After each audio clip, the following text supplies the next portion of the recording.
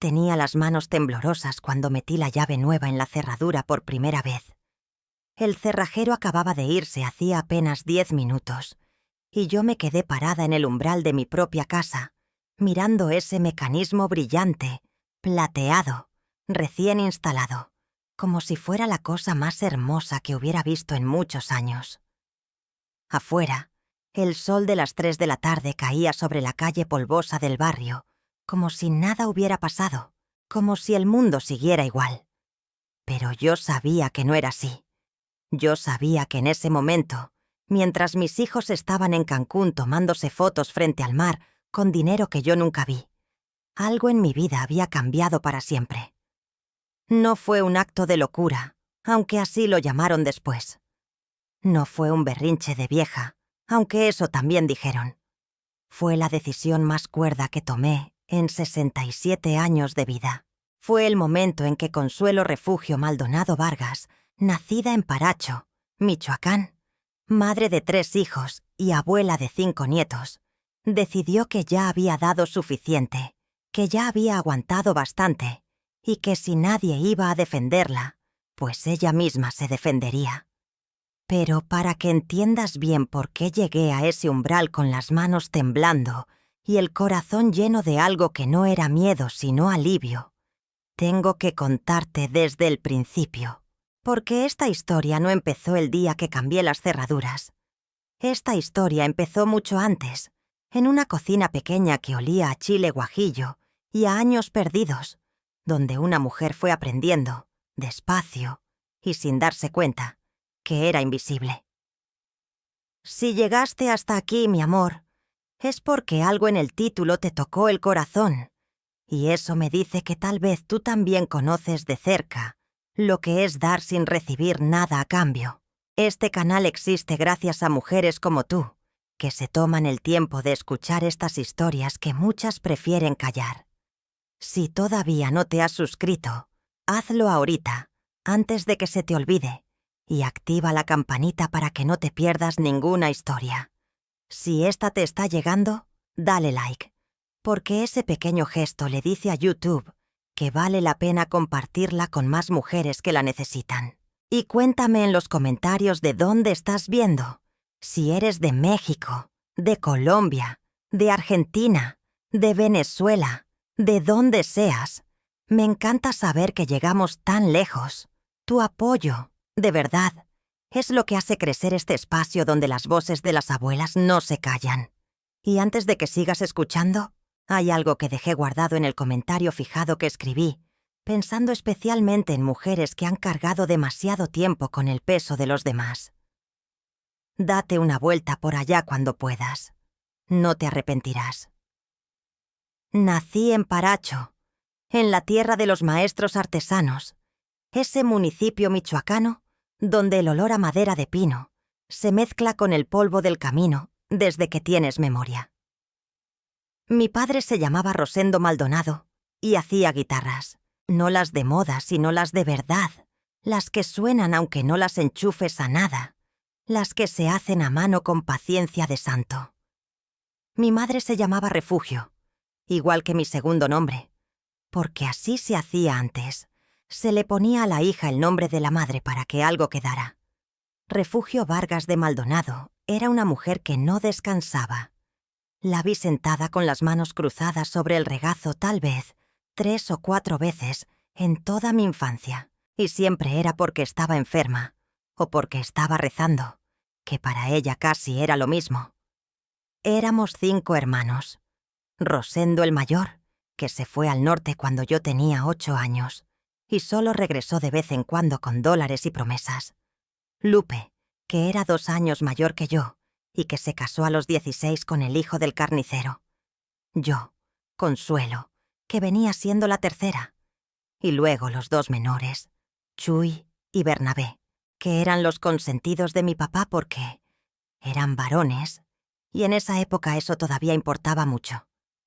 Nuestra casa era de adobe con piso de tierra en los cuartos del fondo, aunque el corredor ya tenía cemento. Teníamos una estufa de leña que mi madre nunca dejó apagar del todo, porque decía que una cocina fría es una casa muerta. Yo aprendí a cocinar antes de aprender a leer bien. A los 7 años ya sabía hacer agua de limón con tantita azúcar, y a los 9 ya podía hacer frijoles de la olla sin que se me quemaran. Mi madre me enseñó todo eso con la misma naturalidad con que le enseñó a Lupe, y con la misma naturalidad con que no le enseñó nada a Chuy ni a Bernabé. Porque ellos eran hombres, y los hombres no cocinaban, los hombres trabajaban. Esa idea se me metió en los huesos desde chica, y tardé décadas en sacármela. Terminé la secundaria con esfuerzo, porque en Paracho no era tan común que las muchachas llegaran hasta ahí. Mi padre quería que siguiera estudiando. Era un hombre que valoraba la educación, aunque él apenas había llegado a 5º año de primaria. Pero mi madre decía que para qué, que con lo que sabía ya era suficiente para casarse bien y llevar una casa. Y yo, que tenía 16 años y no sabía bien todavía qué quería de la vida, le hice caso a mi madre porque así se hacía. Conocí a Heriberto Zavala Pérez en una fiesta patronal cuando yo tenía 17 años y él tenía 21. Era un muchacho delgado, de ojos claros, con bigote apenas naciente y una sonrisa que se me quedó grabada desde la primera vez que me la dirigió. Trabajaba ayudando a su tío en una ferretería en Uruapán y venía a Paracho los fines de semana a ver a su familia. Me cortejó 3 meses con todo el respeto que se acostumbraba, y a los 4 meses ya le había pedido mi mano a mi padre, quien se la dio sin pensarlo mucho porque Heriberto era un muchacho trabajador y de buena familia. Nos casamos en abril de 1977, cuando yo tenía 18 años recién cumplidos. La boda fue sencilla, en la iglesia del pueblo con misa y todo. Luego una comida en la casa de mis suegros con birria y pozole, y una torta de 3 pisos que hizo mi tía Catalina. Fue una boda bonita. Me acuerdo que usé un vestido blanco que le compré a una señora que hacía ropa en Uruapán, y que mi madre me peinó con trenzas adornadas con flores de azahar de verdad.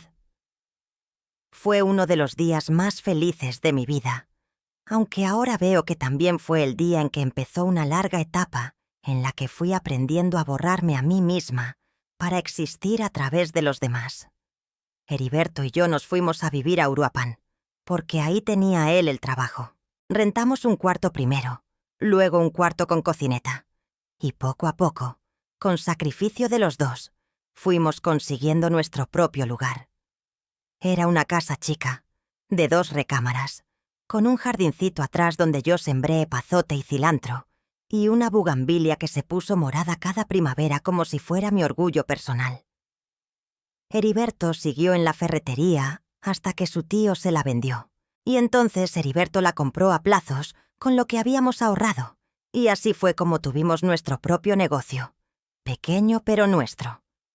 Yo trabajé en esa ferretería junto a mi esposo desde el primer día, aunque eso nunca quedó escrito en ningún papel. Atendía clientes, llevaba la caja, hacía los pedidos.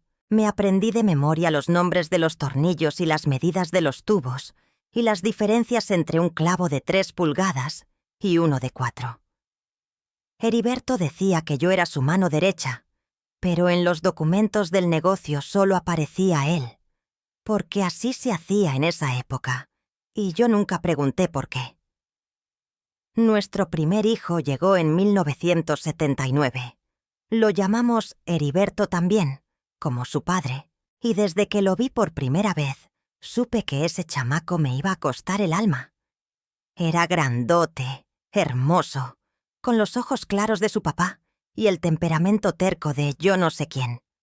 2 años después llegó Miriam, la única mujer de mis 3 hijos, callada y observadora desde chiquita, como si ya entendiera desde bebé que en esta familia era mejor escuchar que hablar. Y en 1985 llegó el último, Ernesto, el consentido, el más chico, el que desde que aprendió a caminar, supo que con una sonrisa conseguía lo que los otros 2 no conseguían con berrinches. Crié a mis 3 hijos con todo lo que tuve. Los mandé a la escuela siempre limpios y desayunados. Les cosí los uniformes cuando se rompían en lugar de comprar unos nuevos. Les leí cuentos en las noches aunque yo llegara muerta de cansancio de la ferretería. Les enseñé a rezar, a pedir perdón, a respetar a los mayores. Les puse los límites que pude con la autoridad que me dejaron tener, que no siempre fue mucha, porque Heriberto era de los que pensaba que la madre era para el cariño y el padre para la disciplina. Y a veces cuando yo quería poner un límite, él lo levantaba sin consultarme. Y los niños aprendieron muy pronto que mamá era la blanda y papá era el que decidía de verdad. Eso fue un error que pagué caro. Pero entonces no lo veía. Entonces solo veía que mis hijos eran sanos y que iban a la escuela y que tenían de comer. Y eso me parecía suficiente para sentirme bien madre. Heriberto, mi esposo, murió en octubre del 2008, de un infarto fulminante mientras estaba en la ferretería. Tenía 52 años. Fue un golpe que no me esperaba. Aunque los médicos decían después que tenía el corazón lastimado de tiempo, que la presión alta había ido haciendo su trabajo callando. Yo me quedé viuda a los 49 años, con la ferretería en mis manos, la casa pagada y 3 hijos ya grandes. Heriberto el mayor tenía 29, Miriam 26 y Ernesto 23. Los 3 ya vivían su vida, aunque todavía cerca, en la misma ciudad. El dolor de perder a Heriberto fue real y profundo. No voy a mentirte. Fueron 31 años juntos, y aunque nuestra vida no fue perfecta, fue nuestra, y yo lo quise con todas mis fuerzas, aunque a veces me frustré con él. Lloré como nunca había llorado en mi vida. Pero también, y esto me da vergüenza decirlo, aunque ya sé que no debería, también sentí algo que no supe nombrar en ese momento y que tardé años en reconocer. Sentí que por primera vez en décadas, las decisiones de la casa eran mías, solo mías. Esa sensación duró exactamente 3 semanas, que fue lo que tardó mi hijo Heriberto en sentarse conmigo a la mesa y decirme que él iba a encargarse de los asuntos del negocio, porque era una responsabilidad muy grande para una mujer sola, y él no quería que su madre se angustiara. Yo no lo vi venir, o quizás sí lo vi, pero preferí no mirarlo. Cuando uno lleva muchos años mirando para otro lado, se hace experto en no ver lo que le duele. La primera señal llegó apenas 4 meses después de la muerte de Heriberto. Era febrero de 2009, y yo todavía andaba en ese estado gris en que queda uno cuando pierde a alguien con quien durmió más de 3 décadas. Ese estado en que uno va por las mañanas a hacer café y voltea a ver la silla del otro y se sorprende de que esté vacía, aunque ya lo sabe perfectamente bien. Ese febrero me levanté un sábado a las 7 de la mañana como siempre, y cuando llegué a la cocina, encontré a Heriberto el hijo sentado a la mesa con su esposa Marcela, los dos ya desayunados, y a mis nietos en la sala viendo caricaturas. Nadie me había avisado que vendrían. Nadie me había preguntado si me parecía bien. Marcela me saludó con un beso frío en la mejilla y me dijo que los niños querían ver a su abuela y que Heriberto había decidido venir a pasar el fin de semana. Yo sonreí y dije que qué bueno, y me puse a calentar más tortillas y a hacer más café y a freír más huevos, porque siempre había para todos en mi casa, siempre. Pero mientras freía esos huevos, me pregunté por primera vez, en voz muy baja dentro de mí, si alguien me había consultado, si alguien había pensado que tal vez yo también tenía planes. No tenía en realidad, pero eso no era el punto. Esa noche Heriberto me habló de la ferretería, de que los proveedores necesitaban una firma, de que había que renovar un contrato, de que él se iba a encargar. Le pregunté que cuándo me iba a explicar los detalles para que yo también estuviera al tanto. Me miró con una expresión que no supe leer bien en ese momento, mezcla de impaciencia y de algo que se parecía mucho a lástima, y me dijo que no me preocupara, que él se encargaba, que para eso estaba. Acepté. Dije que bueno, y me fui a lavar los trastes mientras él y Marcela veían la televisión en mi sala, en mi sofá, con mis nietos encima. La segunda señal llegó en mayo de ese mismo año. Ernesto, el más chico, se separó de su novia en ese entonces y se apareció en mi puerta un martes por la noche con 2 maletas y cara de velorio. Me dijo que si podía quedarse unos días mientras encontraba un departamento. Yo le dije que claro, que su cuarto seguía igual, que esto era su casa. Esos días se convirtieron en semanas y esas semanas en meses. Para diciembre, Ernesto seguía en mi casa. Había ocupado el cuarto que yo usaba como costurero y bodega, y había instalado una televisión de pantalla grande en la sala que nunca me preguntó si me molestaba. Sus amigos llegaban los viernes por la noche y se quedaban hasta las 2 o 3 de la madrugada, y yo me levantaba el sábado a recoger los vasos y los platos y las botellas que dejaban en la mesita de la sala. Nunca le dije nada. Me decía a mí misma que era su casa también, que había crecido ahí, que era normal que un hijo se apoyara en la madre en momentos difíciles. Todo eso era verdad. Pero también era verdad que nadie me preguntaba cómo me sentía y que poco a poco mi casa fue dejando de sentirse mía. La tercera señal la recuerdo con mucha claridad porque fue la primera vez que sentí una incomodidad física. Algo en el pecho que no era tristeza, sino otra cosa. Algo más parecido a la rabia, aunque yo todavía no la reconocía como tal. Era un domingo de septiembre de 2010. Yo había pasado la mañana haciendo una olla grande de pozole, porque Heriberto me había dicho por teléfono que iba a venir con Marcela y los niños. Compré maíz y carne y orégano, y limones, y rábanos, y tostadas.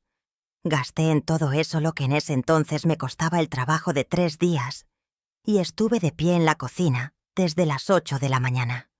A la 1:30 del mediodía, cuando el pozole estaba en su punto perfecto y la mesa ya puesta, me llegó un mensaje de Heriberto que decía solamente: «Mamá, mejor pa' la otra. Surgió algo. Disculpe». Me quedé parada frente a la olla de pozole con el cucharón en la mano. Ernesto estaba en su cuarto durmiendo, porque había llegado de madrugada otra vez. No había nadie más. Me serví un tazón, me senté sola en la mesa que había puesto para 6, y me lo comí sin decir nada. Después guardé el resto y lo metí en el refrigerador. Tardé días en terminarlo porque para una persona sola era mucha cantidad. Esa tarde no lloré. Me senté en el corredor a ver la bugambilia y pensé durante un rato muy largo. No llegué a ninguna conclusión, pero algo empezó a moverse por dentro, algo que todavía no tenía nombre, pero que ya estaba ahí. La cuarta señal fue Miriam, mi única hija, y esta me dolió diferente porque de ella no me la esperaba. Miriam vivía con su esposo Rodrigo y sus 2 hijos en un fraccionamiento nuevo al norte de Uruapán. Era la que más me llamaba, la que más me visitaba, la que más parecía acordarse de que yo existía como persona y no solo como abuela y cocinera. Pero en noviembre de 2011 tuvimos una conversación que me dejó helada y que recién ahora, tantos años después, puedo nombrar con claridad. Miriam vino sola a verme un jueves por la tarde, sin los niños, sin Rodrigo. Se sentó en la cocina mientras yo le hacía un café y me dijo que quería platicar. Le dije que estaba bien, que qué pasaba. Y ella, con mucho cuidado y mucho tacto, me explicó que sus hermanos estaban preocupados por mí, que pensaban que yo estaba muy sola, que quizás era momento de pensar en vender la ferretería, porque era mucho para mí manejar un negocio sola a mi edad, y que tal vez, solo tal vez, podría pensarse en hacer algunos ajustes en la casa para que yo estuviera más cómoda. Le pregunté qué clase de ajustes. Se tardó un momento antes de contestar, y cuando lo hizo me di cuenta de que había ensayado esa respuesta. Me dijo que Ernesto necesitaba más espacio, que ya era tiempo de que tuviera un lugar propio, pero que tampoco quería dejarme sola, y que habían pensado que si yo cedía la recámara principal, la más grande, y me pasaba a la de en medio, Ernesto podría estar más cómodo y a la vez acompañarme. La recámara principal era la que yo había compartido con Heriberto 31 años. Era donde estaba mi tocador, mis cosas, mis recuerdos. Era la única habitación de esa casa que sentía completamente mía. Le dije a Miriam que lo iba a pensar. No le dije que no, porque en ese momento todavía no sabía decir que no a mis hijos sin sentirme mala madre.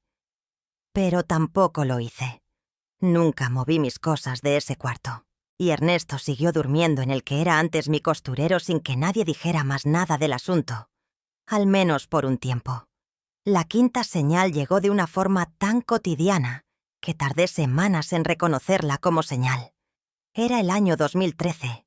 Yo tenía 54 años y llevaba ya varios años funcionando como lo que, con el tiempo, aprendí a llamar por su nombre: la doméstica no pagada de mi propia casa.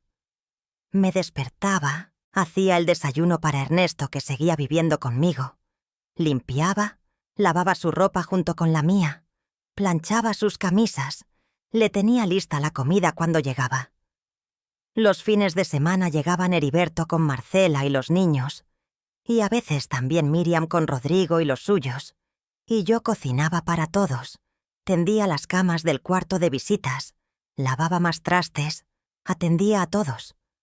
No una vez, no de vez en cuando, siempre. Un martes de ese año Marcela, mi nuera, me llamó por teléfono para decirme que el domingo iban a venir a comer y que si podía hacer barbacoa porque a los niños les había antojado. Yo la escuché y dije que sí, como siempre. Colgué el teléfono y me quedé sentada en la silla de la cocina durante un buen rato, mirando la pared. En ese momento me di cuenta de que Marcela no me había pedido el favor. Me lo había dicho como quien le dice a la empleada del hogar qué hay que hacer el domingo, sin preguntar si tenía tiempo, sin ofrecer ayuda, sin preguntar si yo quería, solo diciéndome qué iban a querer comer. Hice la barbacoa. Quedó deliciosa. Todos comieron felices. Yo lavé los trastes. La sexta señal fue la más dolorosa de todas, porque involucró dinero, y cuando el dinero se mete de por medio las cosas quedan muy claras, muy rápido. En 2014, Heriberto el hijo me presentó a un contador que supuestamente iba a ayudarnos a reorganizar el negocio para pagar menos impuestos. El contador, un señor joven de lentes y manos suaves, que nunca me miró directamente a los ojos, me explicó que convenía hacer unos cambios en la razón social de la ferretería y que para eso necesitaba yo firmar unos documentos. Heriberto estaba sentado a mi lado, diciéndome que era rutina, que no me preocupara, que él ya lo había revisado todo. Yo firmé. Firmé sin leer bien, porque Heriberto dijo que era rutina, y porque el contador me explicó con palabras muy técnicas que yo no entendí del todo, y porque en ese momento todavía confiaba ciegamente en que mi hijo nunca me haría daño. Lo que no supe sino hasta 2 años después era que en esos documentos, entre párrafo y párrafo, yo había firmado la transferencia de una parte significativa de la participación del negocio al nombre de mi hijo. No toda, pero sí suficiente para que la balanza de poder se inclinara de forma permanente hacia él. Cuando lo descubrí, fue por accidente. Fui a hacer un trámite al banco y la señorita de ventanilla me mencionó algo sobre los porcentajes de propiedad, y yo pregunté de qué porcentajes estaba hablando, y ella me lo explicó con mucha calma, como si yo ya lo supiera. Y yo me quedé ahí parada sin decir nada porque sentí que el piso se movía debajo de mis pies, aunque en realidad no se movía. Salí del banco, me senté en una banca de la banqueta de enfrente y me puse a pensar. No lloré. Ya estaba aprendiendo a no llorar de inmediato, a procesar primero. Pensé durante mucho tiempo, y luego me fui a mi casa a hacer la comida, porque Ernesto llegaba a la 1, y ya era casi mediodía. La séptima señal, la última antes de que todo reventara, llegó en marzo de 2016. Mis 3 hijos me anunciaron que se iban de vacaciones juntos. Los 6 adultos, Heriberto con Marcela, Miriam con Rodrigo y Ernesto con la nueva novia que tenía en ese entonces, una muchacha de nombre Verónica que yo apenas conocía. Se iban a Cancún una semana. Me lo dijeron como quien informa de algo que ya está decidido. Nadie me preguntó si yo quería ir. Nadie me invitó. Nadie consideró siquiera la posibilidad de que yo pudiera tener ganas de conocer el mar, que hasta ese día nunca había visto en mi vida. Me dijeron que necesitaban que me quedara en la casa para cuidar a los nietos, los 4 que en ese entonces ya eran grandecitos. El mayor de Heriberto tenía 12 años, el otro 10. Los de Miriam tenían 8 y 6. Me los iban a dejar a mí una semana, sin preguntarme, porque ¿quién más los iba a cuidar si no era la abuela? Que para eso estaba. Me quedé con los niños, claro. Los quiero con toda mi vida y no fue su culpa. Pero esa semana, mientras hacía desayunos y llevaba al mayor al dentista y lavaba 4 pares de calcetines más los míos, algo dentro de mí se terminó de romper. O quizás no se rompió. Quizás, por fin, se terminó de armar. Y por eso, si en este momento de la historia sientes que algo en tu pecho se mueve, como una memoria que no querías recordar, date una vuelta al comentario fijado. Dejé algo ahí que pensé en este momento exacto, para ti. Fue durante esa semana, mientras los niños dormían y yo me quedaba sentada en la oscuridad de la sala de mi propia casa, cuando empecé a pensar de verdad. No a sentir. Eso lo había hecho de sobra. A pensar. A observar los hechos con la frialdad de quien ya no tiene miedo de lo que va a encontrar. Hice una lista mental. Una lista que nunca escribí en papel, pero que tenía cada punto grabado con fuego en la memoria. Empecé por el negocio. La ferretería que mi esposo y yo habíamos construido durante 30 años, que yo había atendido con mis propias manos, que sabía de memoria en cada rincón y en cada gaveta, ahora tenía mi nombre en solo una parte de los documentos, gracias a aquellos papeles que firmé sin leer en 2014. Heriberto manejaba las cuentas. Yo recibía una cantidad mensual que él llamaba «para tus gastos», como si yo fuera una pensionada, y no una dueña. Era suficiente para vivir. No era suficiente para ser libre. Seguí con la casa.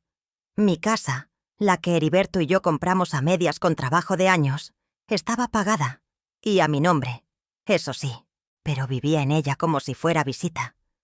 Ernesto ocupaba un cuarto que no era suyo, y usaba la sala como sala de juegos para sus amigos. Heriberto y Marcela llegaban cuando querían sin avisar. La cocina era mi dominio solo en el sentido de que yo era la que trabajaba en ella, no en el sentido de que yo decidía qué se cocinaba o para quién. Pensé en mis días. Me levantaba, cocinaba, limpiaba, atendía, cocinaba otra vez, limpiaba otra vez, me acostaba. No salía a ningún lado que no fuera el mercado, o la ferretería, o la iglesia los domingos. No tenía amigas cercanas porque los años de estar encerrada en la rutina habían ido alejando a las pocas que había tenido. No tenía pasatiempos porque no tenía tiempo ni energía para ellos. No tenía vacaciones porque alguien tenía que quedarse a cuidar. Y pensé en mis hijos, los 3 a los que di todo. El mayor que me había quitado parte del negocio con la firma de unos papeles que no entendí. La del medio que me había pedido que le cediera mi cuarto al hermano. El chico que vivía en mi casa sin pagar renta, sin hacer nada en la casa, sin dar las gracias. Y los 3 que en ese momento estaban en Cancún viendo el mar que yo nunca había visto. No me puse furiosa. Oh sí, pero no de la manera que explota y grita. Me puse furiosa de la manera que planea. Esa noche, mientras los nietos dormían y la casa estaba en silencio, me fui a sentar al corredor de atrás, donde estaba mi bugambilia que seguía poniéndose morada cada primavera, y me hice la pregunta más importante que me había hecho en la vida. Me pregunté: Consuelo, ¿qué quieres? No qué quieren ellos de ti, no qué necesitan ellos de ti. ¿Qué quieres tú para ti? Tardé un rato en contestarme porque no estaba acostumbrada a hacerme esa pregunta. Pero cuando la respuesta llegó clarísima. Quería mi casa de vuelta. Quería mis decisiones de vuelta. Quería que nadie llegara sin avisar. Que nadie me diera instrucciones sobre mi propio techo. Que nadie me tratara como empleada de mi propio hogar. Quería descansar. Quería salir. Quería, por primera vez en décadas, vivir para mí. Y entonces empecé a pensar en cómo. Lo primero que hice fue llamar a una persona de confianza. Mi comadre Cándida Esperanza Robledo, que era la madrina de bautizo de Miriam y que llevaba 40 años siendo mi amiga más cercana, aunque últimamente nos veíamos poco. Cándida contestó al segundo tono, y cuando le dije que necesitaba verla, que era importante, no me preguntó para qué. Me dijo que fuera esa misma mañana a su casa. Me dejé a los nietos con la vecina de enfrente, la señora Genoveva, que era buena mujer y que los conocía desde chicos, y me fui caminando a casa de Cándida, que quedaba a 6 cuadras. Cuando llegué y me senté en su cocina y le dije lo que estaba pensando hacer, Cándida me miró durante un momento muy largo sin decir nada. Luego se levantó, fue a buscar algo en el cajón de su alacena y volvió con la tarjeta de una abogada que tenía guardada de cuando ella misma había tenido problemas con la sucesión de su difunto hermano. Me puso la tarjeta sobre la mesa y me dijo: «Llámala hoy mismo». La abogada se llamaba licenciada Patricia Fuentes Ochoa y resultó ser una mujer de unos 40 años, seria y directa, con una oficina pequeña pero ordenada en el centro de Uruapan. Fui a verla al día siguiente, sola, sin decirle a nadie a dónde iba. Le expliqué mi situación con todos los detalles que pude. Ella tomó notas en silencio, preguntó algunas cosas específicas, pidió ver algunos documentos que yo llevaba en una carpeta, y cuando terminé de hablar, me dijo algo que me cambió la perspectiva de todo. Me dijo que la casa era mía, completamente mía, a mi nombre, sin gravamen. Que ningún hijo tenía derecho legal de vivir en ella sin mi consentimiento, aunque hubiera crecido ahí. Que yo podía pedirle a cualquier persona que saliera de mi casa en cualquier momento, y que si no lo hacía voluntariamente, había formas legales de lograrlo. Que era mi propiedad y mis reglas. Yo lo sabía de forma vaga, como se saben las cosas que uno nunca ha tenido que aplicar. Pero oírlo de una abogada, con esa claridad, fue como si alguien encendiera la luz en un cuarto donde yo había estado en la oscuridad tanto tiempo que ya ni me acordaba de cómo se veían los muebles. Le pregunté cuáles eran mis opciones, y ella me las explicó una por una. Le pregunté cuál me recomendaba, y ella me dijo que depende de lo que yo quisiera lograr.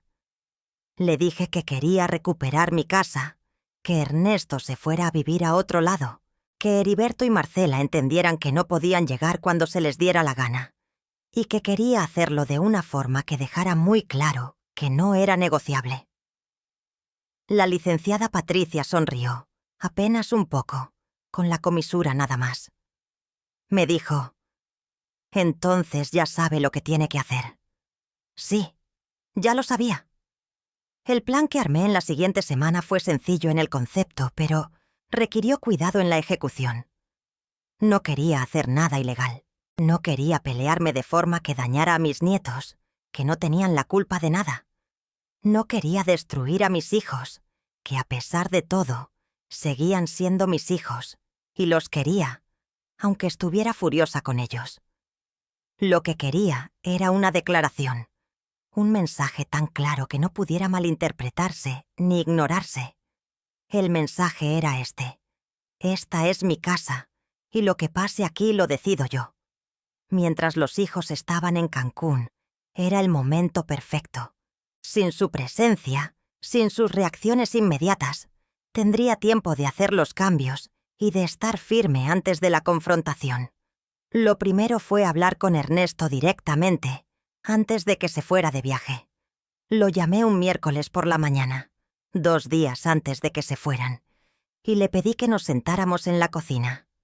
Le dije, con mucha calma, que cuando regresara del viaje necesitábamos hablar porque la situación de la casa tenía que cambiar. Ernesto frunció el ceño y preguntó qué situación. Le dije que él necesitaba conseguir su propio lugar, porque yo necesitaba tener mi casa para mí.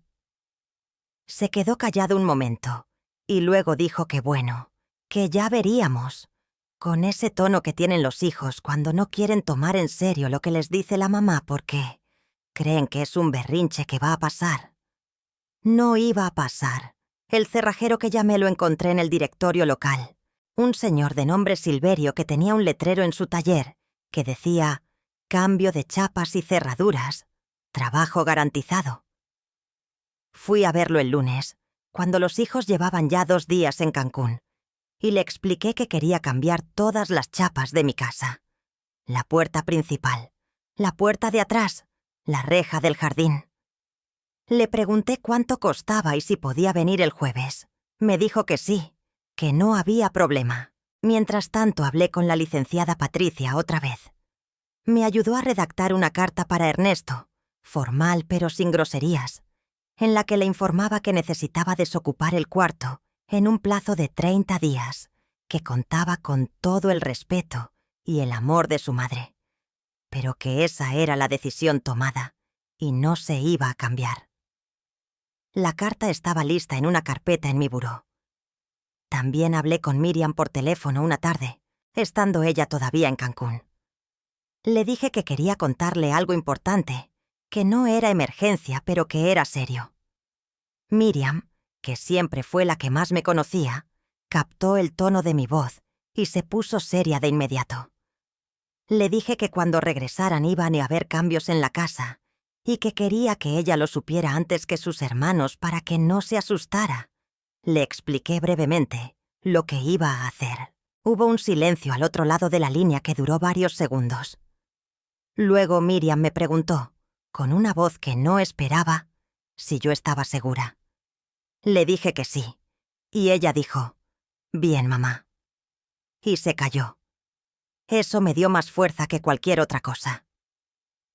El jueves llegó Silverio el cerrajero puntualmente a las 10 de la mañana, con su caja de herramientas y 3 juegos de chapas nuevas, de buena marca, más seguras que las anteriores. Estuvo trabajando casi 2 horas, cambiando las 3 puertas. Yo le hice un café y me senté cerca a verlo trabajar.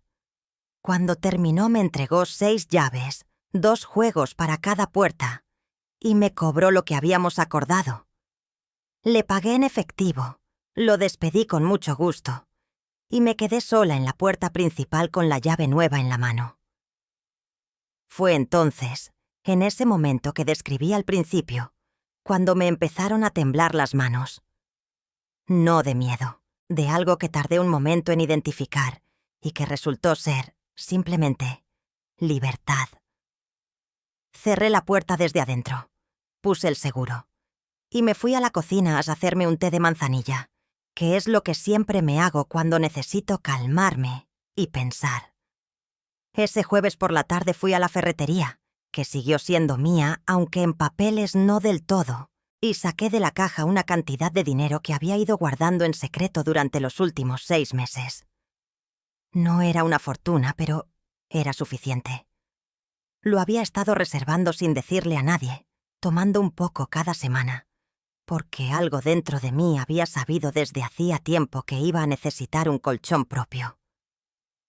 El viernes llamé a Cándida para contarle todo lo que había hecho. Se rió con una carcajada enorme y me dijo que le daba mucho gusto, que ya era tiempo, que me quería ver el domingo para tomar café y que me iba a escuchar todo.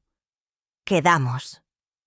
El domingo, mientras Cándida y yo tomábamos café en su cocina, y las 2 hablábamos sin parar como no lo hacíamos desde hacía años, mis hijos aterrizaron en Uruapan, con las maletas llenas de recuerdos de playa y las pieles bronceadas por el sol de Cancún, y se encontraron con puertas que ya no abrían con sus llaves.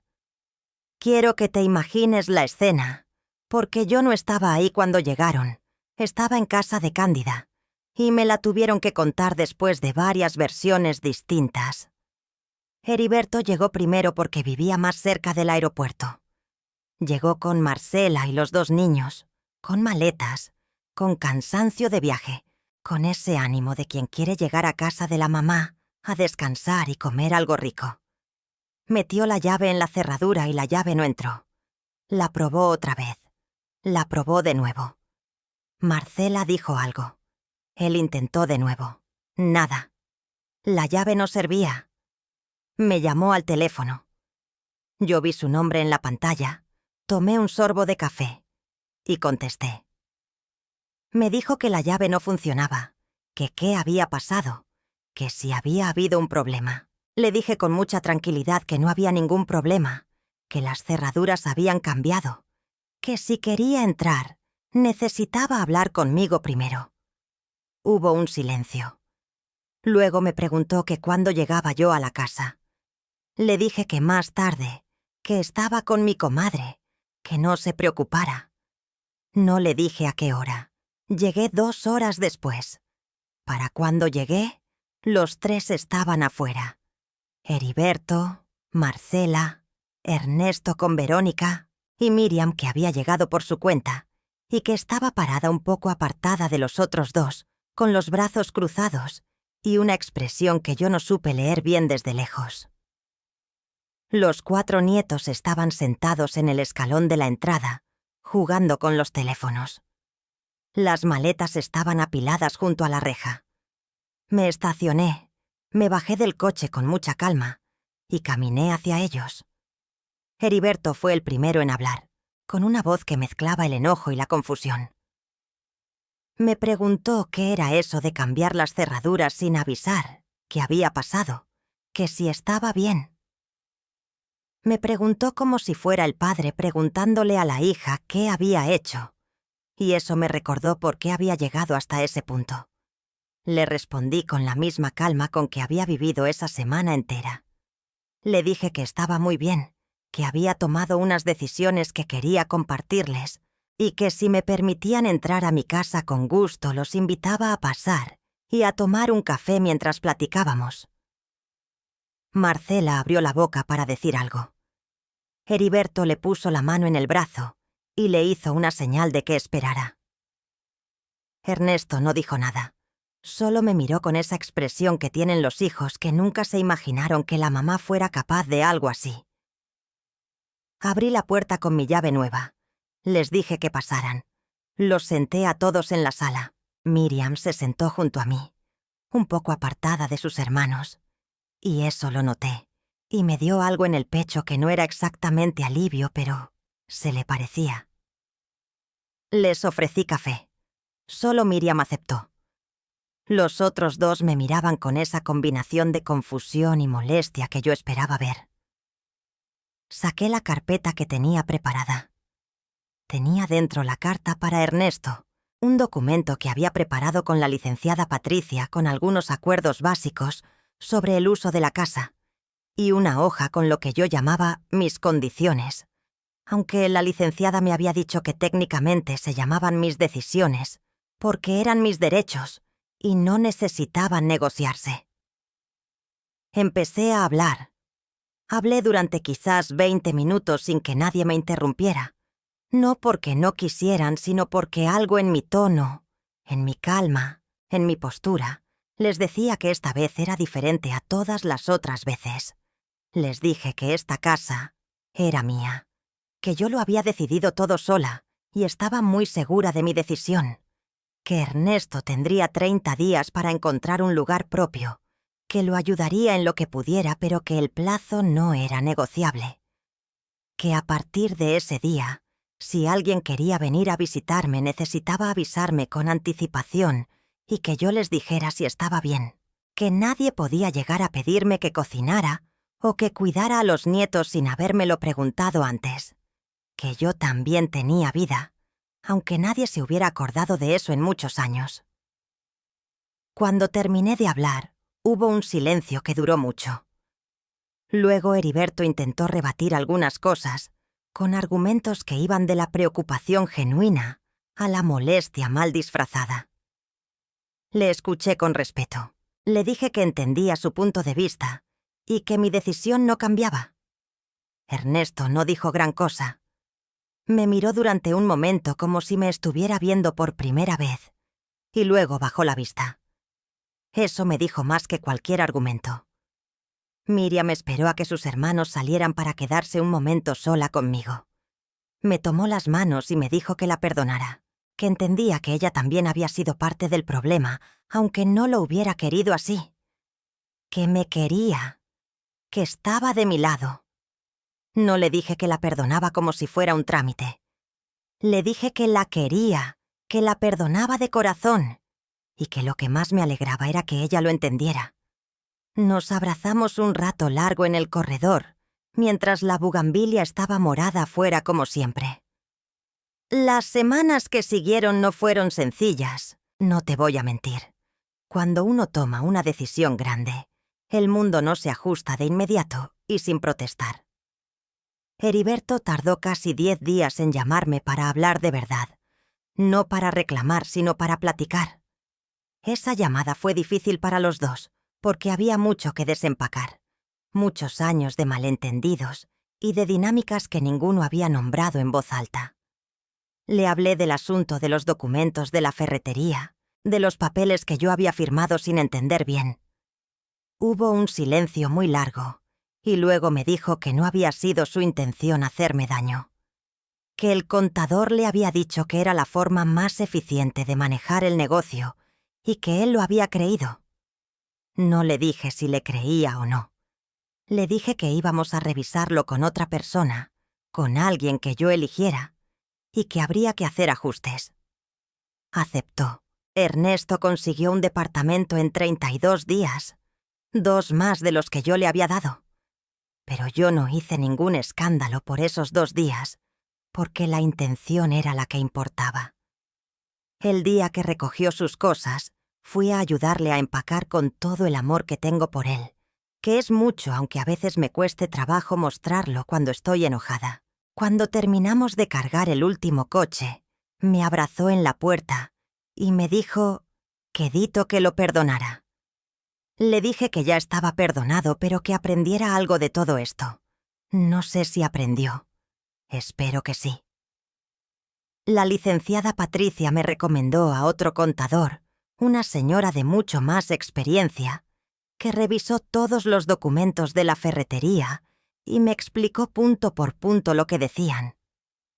Resultó que la situación no era tan grave como yo temía, que había formas de recuperar parte de lo que había cedido, y que con algunos ajustes legales la balanza podía quedar más equilibrada.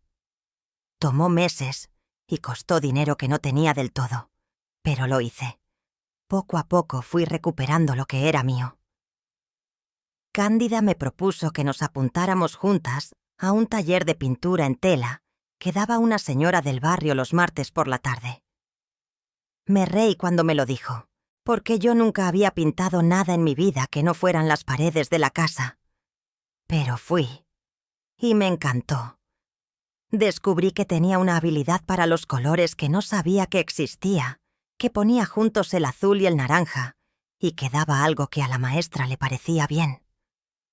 Empecé a ir cada martes con más ganas que el anterior, y en ese taller conocí a otras mujeres, mujeres de mi edad o un poco mayores, con historias parecidas a la mía, aunque los detalles fueran distintos.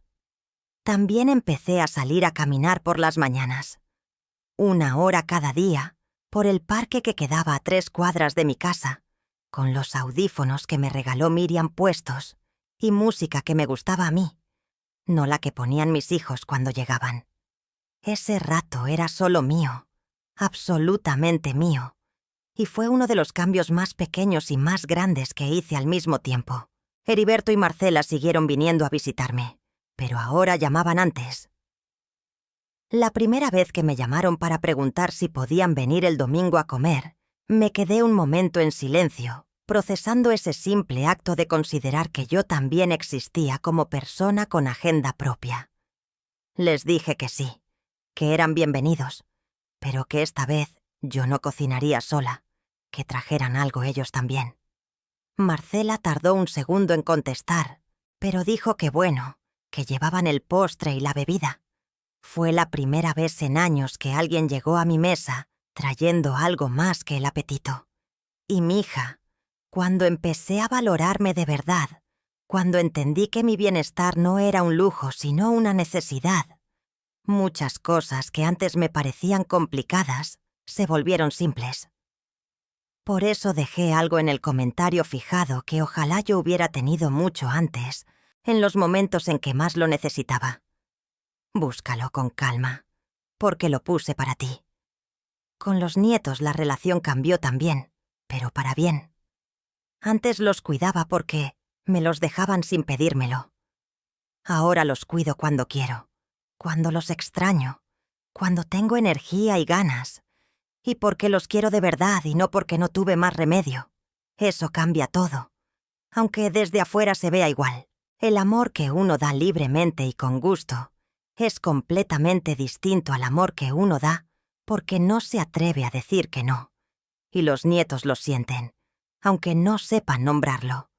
El mayor de los nietos de Heriberto, que ya tenía 12 años cuando pasó todo esto, me preguntó un día que qué había cambiado con la abuela, que se la veía diferente.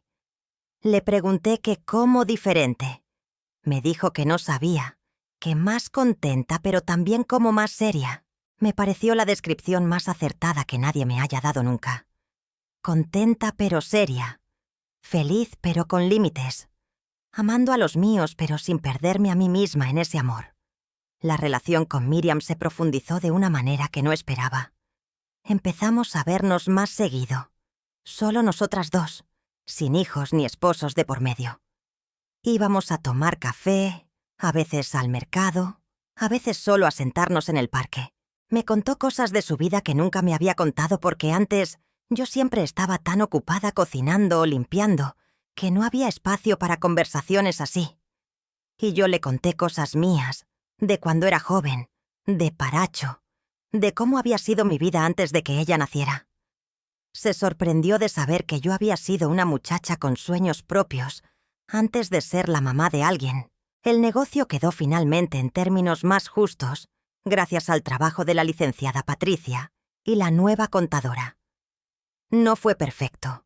Algunos daños ya no podían deshacerse del todo, pero quedó mucho más equilibrado de lo que estuvo durante esos años que yo estuve dormida. Heriberto aceptó los cambios sin pelea mayor. Creo que en parte porque en el fondo sabía que lo que había hecho no estaba bien, aunque nunca lo dijera con esas palabras. Ernesto encontró su ritmo en su propio departamento. La primera vez que lo fui a visitar, me dio un poco de ternura ver ese lugar pequeño y algo desordenado, donde él vivía solo por primera vez en su vida ya adulta. Le llevé un guiso y nos sentamos a comer juntos, y fue una de las conversaciones más honestas que hemos tenido en años, quizás en toda nuestra vida. Me dijo que no había entendido lo que me hacía, que lo veía como algo natural, como que así funcionaban las familias, que la mamá estaba ahí y atendía. Le dije que eso es lo que le habíamos enseñado sin querer, que no era culpa solo de él, sino de todos, incluida yo misma que nunca puse límites a tiempo. Fue una conversación sin ganadores ni perdedores. Fue una conversación de verdad. Pasó algo que no me esperaba con todo esto, y que me parece la parte más bonita del final de esta historia. Mis 3 hijos, a su manera y en sus tiempos distintos, mejoraron en sus propias vidas después de que yo cambié las cerraduras. Heriberto empezó a repartir de forma más justa las responsabilidades con Marcela en su propia casa, porque ya no tenía una mamá a quien recurrir para todo. Ernesto aprendió a cocinar, a lavar su ropa, a pagar sus cuentas. Miriam encontró más espacio para sí misma también, como si mi acto de ponerme primero hubiera dado a todos permiso de hacer lo mismo. No digo que todo fue consecuencia directa de lo que yo hice. La vida es más complicada que eso. Pero sí creo que cuando uno hace bien las cosas, cuando uno actúa desde la honestidad y el amor, pero también desde el respeto propio, las ondas de ese acto llegan más lejos de lo que uno imagina. Han pasado ya varios años desde ese jueves de marzo, en que el cerrajero Silverio cambió mis chapas y me entregó las llaves de mi propia casa de vuelta. Tengo 67 años ahora, y puedo decirte que los últimos de estos años han sido los más libres de mi vida. Eso suena triste y bonito al mismo tiempo. Lo sé. Triste porque tardé tanto. Bonito porque llegué. Sigo pintando en tela los martes con Cándida y las demás señoras del taller. Ya tenemos una pequeña exposición cada año en el Centro Cultural del municipio.